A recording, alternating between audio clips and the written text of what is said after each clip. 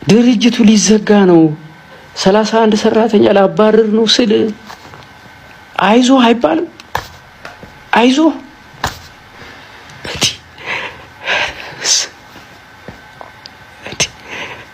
ለእርዳታ ያለንን ባህል መቀየር የሚኖርብን ይመስለኛል። ሀገሪቱ ያለ እርዳታ የማትላጎስ ግለሰቦችም እርዳታን በኩራት የሥራ መስክ አድርገውታል። አንዳንዴ የኔ ቢጤዎች በተለያዩ የህይወት አጋጣሚ ይወድቃሉ። እነሱን ለማንሳት የሚደረገው እርዳታ በትክክል ትርጉም ይሰጣል። በሌላ መልኩ ግን ስኬታማ ሰዎች ገቢያችን ቀነሰ ብለው እርዳታ ሲጠይቁ በምክንያት መሞገት እንዳለብን ይሰማኛል። የእሼቱ የንግድ ተቋም ያለ ትርፍ የተቋቋመ አይደለም። ለምንድነው እናድን የምትሉን? ከቻላችሁ ቤትና መኪናውን ሸጦ ሴቭ እንዲያረግ ፍቀዱለት። እሸቱ የመጨረሻውን ካርድ መዟልና ብር ስጡኝ ቸግሮኛል አለ። ለምን እንደዚህ አታርግም? በኤአይ ቤታችሁ ሆናችሁ ሀብታም መሆን ትችላላችሁ ምናምን አላልክም? እሱም መንገድ ለምን ተጠቅመህ አንተ ሀብታም አትሆንም? ወደ ውጭ ሀገር እንልካለን ብለህ ያ ሁሉ ሰው ላይ ግፍ ሲሰራ አንተ አይደል የሰራው? እንዲያንም ማስታወቂያ የሰራ ስለነበርኩ ሰውዬ ዛሬ ገንዘብ የለኝም እና ብር ስጡኝ የምትለው ምንድነው? ያልመጣህበት መንገድ ይሄ ብቻ ነበር የቀረ። ገንዘብ ስጡኝ ብለህ መለመን ነበር የቀረና አንተ አሁን ትለምናለህ። ለወጣቶች ቀን የተማሩ ሀብት በቀላሉ ማፍራት ይሻላል፣ ኢትዮጵያ ውስጥ ሰነፍ ወጣት በዝቶ ነው እያልክ እኛ ስራ ስጠን መንግስት ስንል እኛ ላይ ስትተቸና ነበር። ዛሬ ገንዘብ ስጡኝ ትላለህ። እፍረት የለም እሸቱ። እና ማምታታት በሶሻል ሚዲያ ላይ አምታቶ መብላት እናስቆማችኋለን ብያለሁ። አንተን አሁን እያወጣን ነው እያበቃልን ነው አንተ ነገር። በኪሳራ ካለፉ ሰዎች መካከል አንዱ ስለሆንኩኝ በህይወትም በብዙ ነገር አይቼ ስለነበር እንዴት እንዳለፍኳቸው ትምህርት ከሆነም ለሌላውም ትምህርት ከሆነ ልንገር። ኮሜዲያን እሸቱ የዩቲዩብ አልጎሪትሙ ዱቄት ገብቷል። የማንኛውንም ቪው ማየት ትችላላችሁ። ብዙ አይደለም ቪው በጣም የለም በአሁኑ ሰዓት ዩቲዩብ አልጎሪትሙ በጣም ባዶ የሆነ ሰው ወደ ቲክታክ መጥቷል። ድርጅቱ ሊዘጋ ነው 31 ሰራተኛ ላባረር ነው ስል አይዞ አይባልም። አይዞ እሺ ወንድሜ አንድ ነገር ልንገርህ። የኢትዮጵያን ህዝብ በአንተ ልክ ማየትህ ነው ትልቁ ችግር። በአንተ አስተሳሰብ ልክ ማየትህ ነው ትልቁ መሰረታዊ ችግር። ከጥቂት ወራት በፊት ከባምቢ ጋር በነበራችሁ ኬስ የኢትዮጵያ ህዝብ በጠቅላላ ይቅርታ ጠይቅ ሲልህ ኢግኖር አደረክ። ከዛ በጣም ሳይድ ደግሞ ታደርጋለህ ለሆነ ሃይማኖት ለሆነ ብቻ የሆነ ሳይድ ታደርጋለህ። አሁን ኢትዮጵያ ውስጥ ብዙ ሃይማኖት አለ፣ ብዙ ብሔር አለ። ችግሩ ብዙ ህዝብ የለም፣ አንድ ህዝብ ነው ያለው። ሃይማኖቱ ቢበዛም ብሔሩ ቢበዛም ብዙ ነገር ቢበዛም ይሄ ህዝብ አንድ ህዝብ ነው። እንዲህ ተቆራኝቶ ነው የሚኖረው። አልহামዱሊላህ ታቦታችን በሰላም ገባ የሚል ህዝብ መሀል የሆነውን ብቻ ሳይድ ማድረግ ከባድ ነው። ይሄ ለእሸቱ ብቻ ሳይሆን ለአብዛኛው የኢትዮጵያ ሃይማኖትን ጠርዝ አድርጋችሁ የኢትዮጵያን ህዝብ በራሳችሁ ጭንቅላት ብቻ ለምትለኩ ሰዎች ማለት ነው ይሄ። ሲቀጥል ግን 31 ሰው ከስራ ላባረር ነው ስል አይዞህ አልባልም ወይ? ወንድም አለም እንዴት አይዞህም በልህ? የኢትዮጵያ ህዝብ ባይዘዌ 31,000 ሰራተኛ እንድትቀጥር ሊያደርግ የሚችል የምትፈልገውን ቪውም ሰፖርትም ሊያደርግክ ይችላል። ችግሩ ግን እሸቱ የይቅርታ ልብ አለው ወይስ የለውም በሚለው ላይ ነው። የኢትዮጵያ ህዝብ ተቀየመ፣ ህዝብ ተቀየመ። ህዝብ ሲቀየም ደግሞ ይቀጣል። በኢግኖረንስ ነው የሚቀጣው። ከባዱ ነገር ሰው ማያስተውል ሰው አንደርስታንድ የማያደርገው እሱን ነው እንጂ የኢትዮጵያ ህዝብ ባይዘዌ 31 ሰው ምናምን ጉዳዩ አይደለም። ሲቀጥል ደግሞ እነኚህ 31 ሰዎች መባረራቸው ምንም አይመስላችሁም ላልከው አለቃቸው ነው ችግሩ። እንዲባረሩ እያደረገ ያለው አለቃቸው ነው።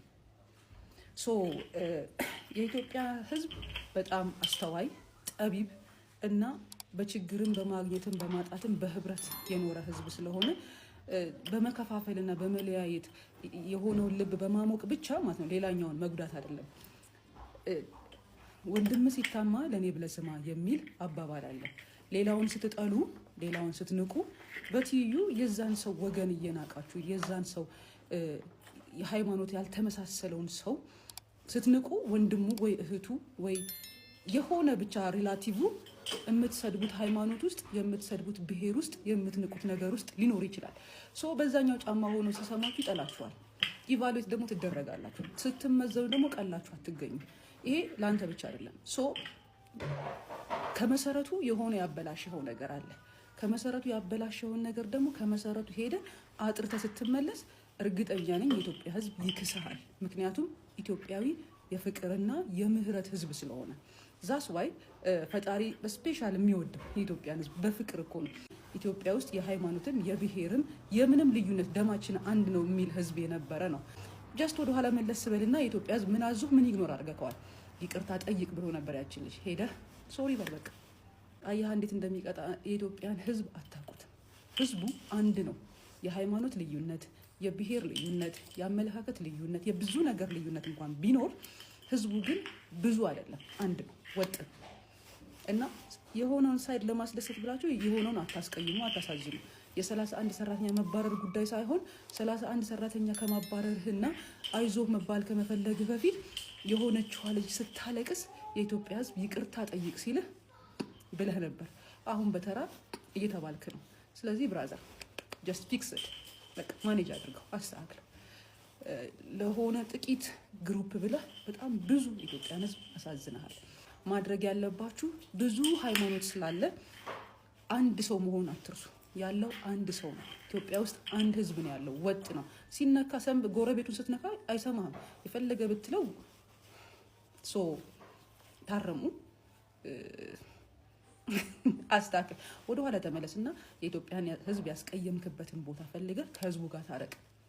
ለእርዳታ ያለንን ባህል መቀየር የሚኖርብን ይመስለኛል። ሀገሪቱ ያለ እርዳታ የማትላወስ ግለሰቦችም እርዳታን በኩራት የሥራ መስክ አድርገውታል። አንዳንዴ የኔ ቢጤዎች በተለያዩ የህይወት አጋጣሚ ይወድቃሉ።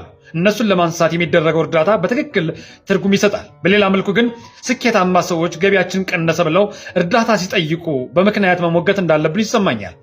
የእርዳታ ሀሳቤ እንቀይራለን ሲሉ የሰማናቸው ራስን ስለመቻል ያስተማሩ ሰዎች ቢቸግራቸው እንኳን የሚበሉት እስካላጡ የሚኖሩበት እስካላጡ በአደባባይ መውጣት የለባቸው። እውነት ለመናገር የእሸቱ የእርዳታ ጥያቄ ልባችን ነክቶን አይደለም፣ ለእርዳታ ያለንን ስሜት እንደ ነጭ ጋቢ በኩራት ስለተጎናጸፍ ነው እንጂ። ለምንድነው የእሸቱ እርዳታ ጥያቄ ትክክል አይደለም የምትለው ካላችሁ ምክንያቴ እንደሚከተለው አቀርባለሁ። ከዛ በፊት ግን የኮሜዲያን እሸቱ አድናቂና የሶሻል ሚዲያ አይከን የምለው ሰው መሆኑን ነግራችሁ ፈልጋለሁ። እርዳታ ወይም ድጋፍ መጠየቅ የለበትም ወደ ምልበት ምክንያት ልግባ። አንደኛ፣ ምናልባትም ከ99% የማያንሰው ኢትዮጵያዊ ህልሙ የራሱን ቤት የራሱን መኪና እንዲኖረው በሚመኝበት ሀገር እሸቱ የራሱ ቤት እና መኪና ያለው ሰው በመሆኑ እገዛ መጠየቅ የልመና ሱስ እንጂ ቸግሮት ነው ብዬ ስለማላምን እገዛ እንበላው እርዳታ መጠየቅ የለበትም። ሁለተኛ፣ እሸቱ ምንም ስራ ሳይሰራ እስካሁን በለቀቃቸው ቪዲዮዎች ብቻ በየጊዜው እየገባን በማየታችን ብቻ የዩቲዩብ ወራዊ ክፍያ የእሸቱን ቤተሰብ ሊያስተዳድር ስለሚችል ይህንን እንተውና በተወሰኑ ሰራተኞች እሸቱ ስራ መስራት ስለሚችል። ሶስተኛ፣ እሸቱ ስኬታማ ሆኖ ስለ ስኬት በተለያዩ መድረኮች አነቃቂ ንግግሮችን የሚናገር እና የጽናት ተምሳሌት የምንለው አይነት ስለሆነ አሁን ከስር ያለው ወድቅ ያለው ብሎ በመምጣቱ የእሸቱን ኢነርጂ ይዘው የሚሰሩ ወጣቶች መጨረሻቸው ከማሸነፍ ይልቅ መሸነፍ፣ ተሸንፎ እጅ መስጠትን መማር ስለሌለባቸው በገዛና በልመና ካልሆነ ኪሳራው እንዴት መቋቋም ይችላል የሚል ጥያቄ እናንሳና ወደ መፍትሄው እናመራለን። አንደኛ፣ የተከራያቸውን ቢሮዎች በመልቀቅ ከቻለ አንድ ትንሽ ቢሮ መከራየት፣ ካልቻለ ከገዛው አፓርታማ ቤት ውስጥ አንድ ክፍል ስቱዲዮ በማድረግ ስራውን መቀጠል፣ ሰራተኞቹን ቀንሶ ስራውን መስራት። እዚህ ላይ የሚነሳው እሱም እንደ ምክንያት ያነሳው የሰራተኞቹ መበተንና ስርዓት እንዳይኖር መስጋት ነው። ለዚህ መፍትሄ መስጠት ይቻል ነበር። መፍትሄው ሰራተኞቹ ሳይበተኑ የእሸቱ ድርጅት የተለያዩ ሙያ ያላቸው ሰራተኞችን በተለያየ የደሞዝ ደረጃ ለድርጅቶች የኮንትራት ስራ የሚሰሩ ሰራተኞች አሉን በማለት ዶንኪ ቲዩብ ወደ ቀድሞ አቅሙ እስከሚመለስ ስራ እንዲቀጠሩ ማድረግ ይቻላል። ለምን? የእሸቱ አቅም እና እውቅና እንኳን ይህንን ሌላ ስለሚያደርግ። ሶስተኛ፣ ዶንኪ ቲዩብ ተወዳዳሪ ብቻ ሳይሆን በልጦ መገኘት ስላለበት በአሁኑ ወቅት ብዙ የሚዲያ ሰዎች ወይም ዩቲዩበሮች ያሉበት ጊዜ ስለሆነ ሁሉንም መቅደም ይገባዋል። ዋናው ነገር ትናንት በግል ጥረቱ ምንም ሳይኖረው ህይወትን አሸንፎ ስኬታማ የሆነው እሸቱ ዛሬ እንኳን ለሱ ለብዙዎች መድረስ በሚችልበት እውቀትና አቅም ገንብቶ ለልመና መውጣት አይገባም። ስል ምቀኛ ልትሉ ትችላላችሁ። ምቀኝነት የሰው ልጅ የሚበላ መድኃኒት የሌለው በሽታ መሆኑን ስለምረዳ አልመቀኝም። ምቀኝነት ኃጢአት ብቻ ስለሆነ አይደለም የማልመቀኘው፣ በቁም መሰቃየት ስለማልፈልግ ነው። ጸልተው ነው እንዳትሉኝ በጣም አድናቂው ነኝ። ሐሳብ የመነጨው ከቅናት አይደለም ከኩራት ነው። እሸቱ እርዳታ ጠየቀ ማለት ሶሻል ሚዲያ ውስጥ ያለውን አሰራር ጥያቄ ውስጥ ይከተዋል። ብዙ የሚረዱ ሰዎች ባሉበት የዕለት እንጀራ ቁራሽ ያጡ ሰዎች በሚለምኑበት ሚዲያ እሸቱን ማየት ስለማይገባ ለእሸቱ እገዛ የምታጨበጭቡ ሰዎች ታይታ መፈለግ እንጂ ምክንያት የላቸውም። በዚህ ዘመን ብዙ እናቶች ጓዳቸውን ዘግተው ልጆቻቸውን መመገብ በማይችሉበት ሀገር የእሸቱ ድርጅት ገቢ መቀነስ የሚያሳዝን ነው ብዬ አላምነው። በነገራችን ላይ በሶሻል ሚዲያ የቤተ ክርስቲያን ገቢ የሚያሰባስቡ በፐርሰንት ከተሰበሰበው ላይ እንደሚካፈሉ ስሰማ ለእኔ አዲስ ነው። እንደዛ ከሆነ የገንዘብ ሱስ ከሌለባቸው ሀብታሞች ናቸው። መርሐባ፣ እንዴት ናችሁ? አልሐምዱሊላህ ደህና ነኝ። እንዳጋጣሚ ጠዋት ከእንቅልፌ ስነሳ ኮሜዲያን እሸቱ መለሰ ከስር ያለው የሚል ዜና ሰርቶ ከዛ በዩቲዩብ ለቋ አየሁትና ሙሉ አንድምታውን ለማየት ሞከርኩኝ። በአሁኑ ላይ ግን እሸቱ መለሰ በጣም ምን ወድህ የምናከብርህ የወጣቶች ምሳሌ ነህ። ግን ችግርህን ኪሳራህን በመናገር ይልቅ በመናገር ያጣሃቸውን ነገሮች በደንብ ልዘረዝርልህ እፈልጋለሁ። ከአንተ በላይ አውቄ አይደለም ወይንም ከአንተ በላይ የተሸየ አይደለም፣ ግን በኪሳራ ካለፉ ሰዎች መካከል አንዱ ስለሆንኩኝ በህይወትም በብዙ ነገር አይቼ ስለነበር እንዴት እንዳለፍኳቸው ትምህርት ከሆነም ለሌላውም ትምህርት ከሆነ ልንገርህ። የመጀመሪያ ነገር ሁለት ነገር በቢዝነስ ለሰዎች አይነገርም። በተለይ ቢዝነስ ላይ ሰዎች ስትራቴጂክ ኮሚኒኬሽን ወይንም ማን ነው ስለኔ ሊመለከት የሚገባው ሊሰማ የሚገባው ማን ነው የሚለውን ለይተን ማወቅ አለብን። አንደኛው ስኬታችንን ነው። ስኬታችንን ለሁሉም ሰው መንገር አስፈላጊ እንዳልሆነ ከኛ ከእስልምና ሐዲስና እንዲሁም ደግሞ ከተለያዩ የቢዝነስ ፊሎሶፈሮች ማየት ይችላል። ስኬትን ስትናገር ሰዎች ሁሉ ነገር ያለህ መስለው ጠላት ነው የምታፈራው፣ ወዳጅ ብቻ አታፈራም፣ ስጋት ነው የምታፈራው። በዛው መጠን ደግሞ ኪሳራም ስታሳውቅ ኪሳራ ስትናገር የሚገርም ነገር በሰዎች ዘንድ ይሄ ሪፑቴሽን ካፒታል ወይንም በሰዎች ዘንድ ያለህን ታማኝነት ዋጋ ታጣለህ። ከዚህ በኋላ እሸቱ መለሰ ለምሳሌ ሰው በቃ ደሃ ነው ከስሯል ብሎ ብቻ አይደለም የሚያይ። ይሄን ዜና አብሮ የሚሰሙ ማን አሉ መሰለህ? ባንከሮች አሉ፣ ባንኮች አሉ። አንተ ለምሳሌ ሊያበድሩ የሚችሉ ለወደፊት ከአንተ ጋር ሊሰሩ የሚችሉ ፓርትነሮችም ወይም የተለያየ የቢዝነስ አካላት ወይንም የተለያየ ስቶክ ሆልደርስ ወይንም የተለያየ ሰዎች ይህን ነገር ይሰማሉ። ሲሰሙ ከዚህ በኋላ አንተን በጥንቃቄና ኤጁኬሽን በሆነ መንገድ ነው የሚከታተሉ። በቀላሉ ብድር አታ ከዚህ በፊት እሸቱ መለሰ ሲባል ሰዎች ፓራዶ ምናምን ሊያበድሩ ይችላሉ፣ ባንኮች ምናምን። አሁን ግን አበድሩ። ይህን መናገር የለብህም፣ መናገርም አልነበረብህም። ትርፍህንም ኪሳራህንም መናገር አልነበረብህም። ሲጀመር ታስታውስ ከሆነ የዛሬ ዓመት ተኩል ወይ 2 ዓመት ይመስለኛል ስለ መኪናና ስለ ሀብት በጣም ሰርተህ ነበረ። ይገባኛል። እኔም ዩቲዩበር ስለነበርኩኝ ዩቲዩበር በልበል ተናገር፣ በቃ ሚስጥር የለም ድብቅ የለም፣ ሆድ ቀዳዳ ነው፣ የምትዘረግፋለህ፣ በቃ ትናገራለህ። ሰዎችን የመከርክ ሊሆን ይችላል፣ ሰዎችን የጠቀምክ መስሎ ሊሆን ይችላል፣ ግን ቬሪ ሮንግ ነው። ይሄን በደንብ አታል። ለዚህ ነው ምሁራኖች ሲናገሩ ኮንትሮል ዘ ናሬቲቭስ ቢፎር ዘ ናሬቲቭስ ኮንትሮልስ ዩ። የሰዎችን አስተሳሰብ ቀድመህ ወይም የሰዎች የሚሉትን ነገር ቀድመህ ካልተቆጣጠርክ እነሱ የሚሉት ነገር ወይም የሚያስቡት ነገር አንተን ይቆጣጠሩሃል ማለት ነው። ስለዚህ አንተ ለሐሜተኛ ራስን አሳልፈ ሰጠ፣ ለዋልጌ ራስን አሳልፈ ሰጠ፣ ለማይጠቅማቸው ሰዎች አሳልፈ ሰጠ። ኪሳራ እኮ አይነገርም። ኪሳራ አስፈላጊ ከሆነ ለሚመለከታቸው የድርሻ አካላት፣ ለሚመለከታቸው ባንኮች፣ ለሚመለከታቸው እዳ አንተ ላለብህ ሰዎች ለነሱ እንዲህ ብለህ ነው ማስረዳት የሚጠበቅብህ እንጂ በፍጹም ተሳስተሃል። በዚህ አጋጣሚ እንድታነበው የምመክርህ መጽሐፍ ዘ አርት ኦፍ ዋር የሚል መጽሐፍ አለ። ዘ አርት ኦፍ ዋር። ዘ አርት ኦፍ ዋር ካለው አንዱ ህጉ መሰረት ምን እንደሆነ ታውቃለህ? በድክመትህ ወቅት ጠንካራ ሁን፣ በጥንካሬ ወቅት ደካማ ሁን የሚል ህግ አለ። ይሄንን በደንብ አድርገህ ስማ መለሰ እሸቱ። ሌላኛው ስለ ሰራተኞች ተናግራል። እንደተበተኑ ሰራተኞች እኮ ቤተሰብ አላቸው፣ ልጆች አላቸው፣ እናት አባት አላቸው። ይህን ሲሰሙ ምን ይሰማቸዋል? ፍርሃት፣ ድንጋጤ። ጓደኞቻቸውስ ፍርሃት፣ ድንጋጤ። እነሱ እርግጠኛ ነኝ ከአንተ ለቀናል ብለው አያወሩም ለሰው። ምክንያቱም የተከበርክ ሰው የተወደድክ ሰው ስለሆን ከአንተ ጋር መስራት ለእነሱ በጣም ትልቅ ፖርትፌሊዮ ነው። ያንን ግን እንዲያጡ አድርጋል። ያን ታሳቢ ማድረግ አለብን። ኪሳራ ስታውጅ እኮ እዛ አንተ ጋር የምትሰራ እናት ልጇ አንተ እንደከሰር ስትናገር የምትደነግጡ ድንጋጤ አለ እና በፍጹም እሸቱ መለሰ ኪሳራህን መናገር በሌለበት ወቅትና በሌለበት ሰዓት የክራይስ ማኔጅመንት ዲሲፕሊንን ጥሰህ ክራይስ ማኔጅመንትን ወይንም እንዴት ነው ነገሮችን መልሼ የመጣብኝን አደጋ መልሼ አስተካክዬ ወደ ተሻለ ሁኔታ መቀየር የሚለውን ሳታዘጋጅ ወይንም ሰዎችን በዛ መልክ ለማስተማር እኔ እንዲከስር ያለው ግን ከዚህ ኪሳራ እየወጣሁበት ያለው መንገድ በዚህ መልክ ነው፣ ይሄ እናንተ ተጠቀሙ ተማሩበት ብትል ሰዎች ይማሩበታል።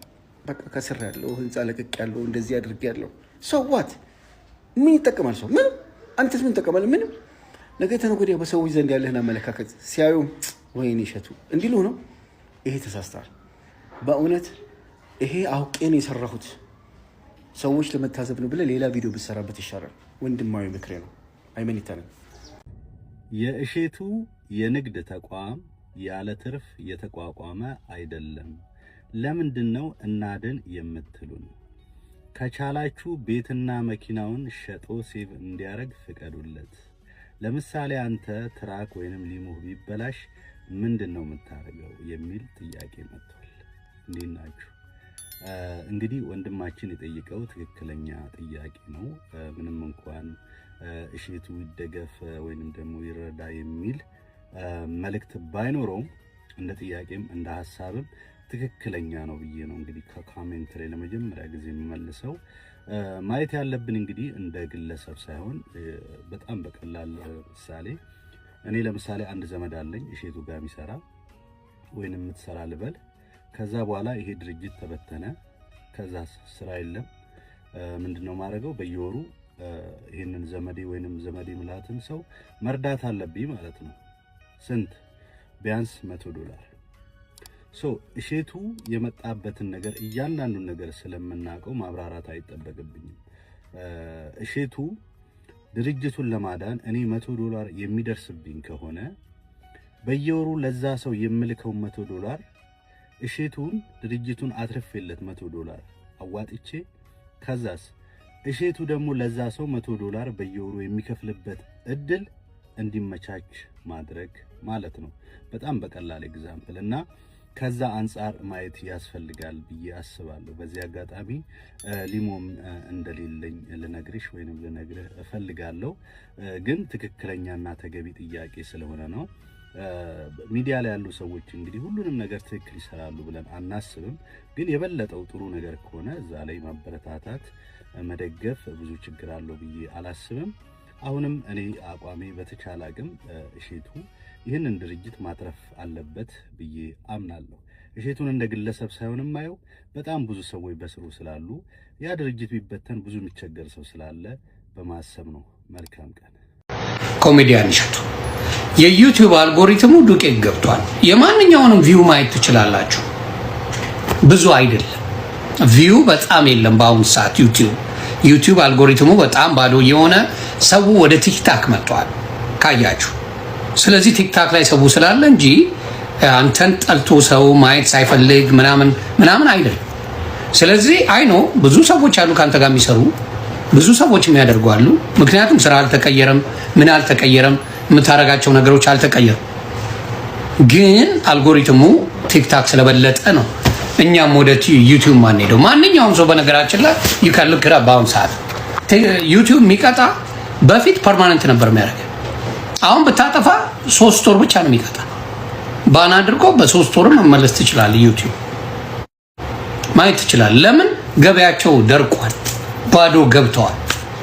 ስለዚህ ባዶ ስለገቡ ዩቲዩቦች ራሱ በፊት ፐርማነንትሊ ባን ያደረጉንን ሰዎች እኔ ተልኮልኛል ጀምር ተብዬ አልፈልግም። ምክንያቱም ሰው ብዙ አይደለም። ስለዚህ ያንተም ዶንኪቲዩ ሰው በአሁን ሰዓት ቲክታክ ላይ ያለውን ሩጫ ነው የሚያየው። ወጣ ገባው ምን ያለው ምናምን እና ዶናይ ጥግ ድረስ የፈመሱ ቲክታክ ላይ እነ ጃኒ ብትል እነ ጆን ዳንኤል ብትላቸው ሌሎችም ወንድምናቶችን የፈመሱበትና ጥሩ ነገር ያመጡበት ቲክታክ ነው።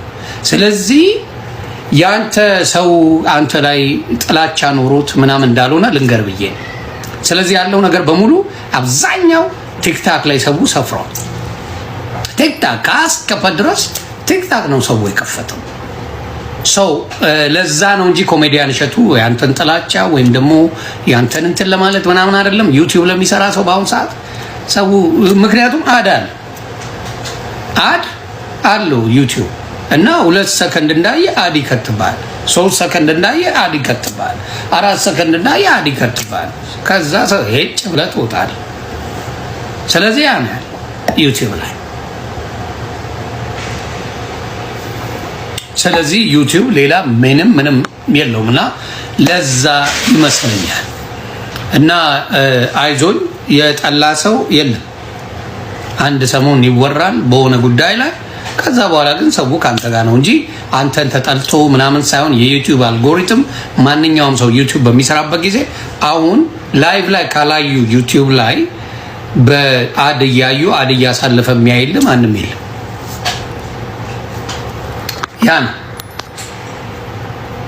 ያ ነው። ስለዚህ ወንድማችን እሸቱ ዩቲዩብ ሞቷል። ዩቲዩብ ትልቅ ነበር፣ አሁን ግን ባዶ ገብቷል።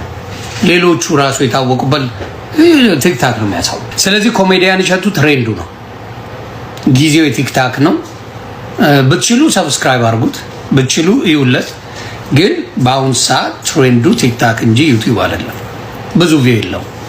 በተለይ በዩቲዩብ ሌላ ሰዎች ቀጥሮ ምናምን ማሰራት ጎበዝ ነህ። እኔ ያደነኩ እግዚአብሔር ምስክሬ በጣም ያደነኩ ዩቲዩብ ላይ 31 ሰዎች ቀጥራ በዩቲዩብ ገቢ ማስተዳደር በጣም ጀግና ነህ። በጣም ጀግና፣ በጣም ጎበዝ። ግን ከባድ በዩቲዩብ ከባድ በዩቲዩብ ብቻ ያንን ማድረግ እጅግ ከባድ። እንዴት እንዳሰብከው ጥሩ ልብ እንዳለ ያሳያል። ጥሩ ልብ ስላለን እንጂ በጭራሽ የዩቲዩብ ገቢ 31 ሰው ቤተሰብ አስተዳደር ይሄ በጣም ዓለም ላይ ያሉ ሚሊዮነሮች እንኳን አያደርጉትም። እውነቱን ልንገረው፣ አንተ በቃ ጥሩ ልብ አለ እሸቱ። ጥሩ ልብ ስላለ እንጂ ያን ያህል ሰው አብሮ በዩቲዩብ ማብላት በጣም ጎበዝ ነው። በጣም ጎበዝ። እንዲያውም እኔ ዩቲዩብ እየሰራው ካንተ እርግጠኛ ነኝ አንተ ከምታስገባው ገቢ በላይ አስገባ ነበር። ግን ለ30 ለ40 ሰው የሚሆን ገቢ ሊሆን አይችልም። ምን ያህል ብታስገባ ነው ያን ያህል ቤተሰብ ልታስተዳድር የቻልከው? ስለዚህ ከባድ ነው። ትሬንዱ ወደ እንትን ሆኗል። ሌላው ዩቲዩብ ላንተና ላንተ ቤተሰብ ከሆነ በቂ ሊሆን ይችላል። ምናልባት 2-3 ሰዎች ልጨምርበት ትችላለህ። ከዛ በላይ ካረከው ግን ዩቲዩብ በጣም ይከብዳል። በጣም ትሬንዱ ይከብዳል። ከባድ ነው። ብዙ ስፖንሰሮች ካሉ፣ ብዙ የሚያግዙ ካሉ በዛም ያን ሆኖ አይቻልም። ስፖንሰሮች ቢኖሩ ምን ያህል ይከፍሉታል? ንገሩኝ እስቲ ምን ያህል ይከፍሉ? መቼም 1 ሚሊዮን 2 ሚሊዮን 3 ሚሊዮን እየከፈሉት አይደለም ስፖንሰሮቹ የሚያደርጉት። የኢትዮጵያ ገንዘብ ነው። በኢትዮጵያ ደግሞ ዋቴ ነው ታውቃላችሁ። የኢትዮጵያ ቻፓ ብላኔ ነው። በአሁኑ ሰዓት ምንም ነገር ሚሊዮን እንደ ተራ ቁጥር የሚጠራበት ሀገር ላይ ነው ያለ ነው። 1 ሚሊዮን 2 ሚሊዮን 100 ሚሊዮን ይዤ ልሂድ ብትል 100 ሚሊዮን ምን ያደርጋል የምትባልበት ዘመን ላይ ነው ያለ ነው። ስለዚህ ሃርድ ስለሆነ ከባድ ነው። ስለዚህ ወንድማችን በቻልከው ቀጥልበት። ግን ሰዎች ግዴታ ኢኮኖሚ ሲቀንስ ሰዎችን ከስራ ማስወጣት ምንም ሊሰማ አይገባም። ብሮ ምንም አይነት መጥፎ ስሜት አይሰማም። የመጣው ነገር ብቻ ለዛ